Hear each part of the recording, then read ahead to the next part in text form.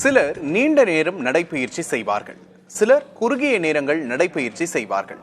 இரண்டில் எது நல்லது என்பது குறித்த ஒரு தொகுப்பை பார்க்கலாம்.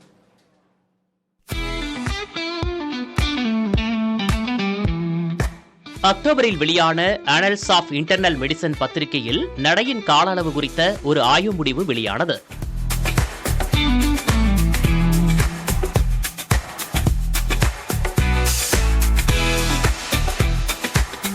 பல குறுகிய நேர நடைபயிற்சிகளை விட குறைந்தது 15 நிமிடங்கள் இடைவிடாமல் நடப்பதுதான் இதய ஆரோக்கியம் மற்றும் நீண்ட ஆயுளுக்கு சிறந்தது என்று அந்த ஆய்வு முடிவு கூறுகிறது. நீண்ட நேரம் நடப்பவர்கள் மிக குறுகிய நேரம் நடப்பவர்களை காட்டிலும் இருதய நோய் மற்றும் அகால மரணத்தின் அபாயத்தை சுமார் 80 விழுக்காடு வரை குறைவாக கொண்டிருக்கிறார்கள் என்று ஆய்வாளர்கள் கண்டறிந்துள்ளனர்.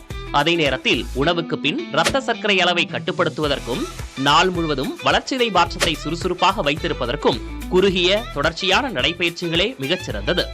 ஒவ்வொரு உணவுக்கு பிறகும் 5 முதல் 10 நிமிடங்கள் சுறுசுறுப்பாக நடப்பது உணவு உண்ட பிறகு ஏற்படும் சர்க்கரை உயர்வை திறம்பட கட்டுப்படுத்த உதவுகிறது என்கிறது அந்த ஆய்வு.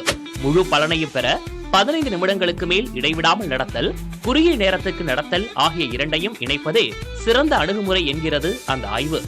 ஆகவே இதயத்துக்காக ஒரு நாளைக்கு ஒரு நீண்ட இடைவிடாத நடைபயிற்சியை மேற்கொள்ளுங்கள். வளர்ச்சிதை மாற்றத்திற்காக உணவுக்கு பிறகு குறுகிய நடைபயணங்களை செய்யுங்கள் என்கிறது அந்த ஆய்வு. ஆகவே இதயத்துக்காக ஒரு நாளைக்கு ஒரு நீண்ட இடைவிடாத நடைபயிற்சியை மேற்கொள்ளுங்கள். வளர்ச்சிதை மாற்றத்திற்காக உணவுக்கு பிறகு குறுகிய நடைபயணங்களை செய்யுங்கள் என்கிறது அந்த ஆய்வு.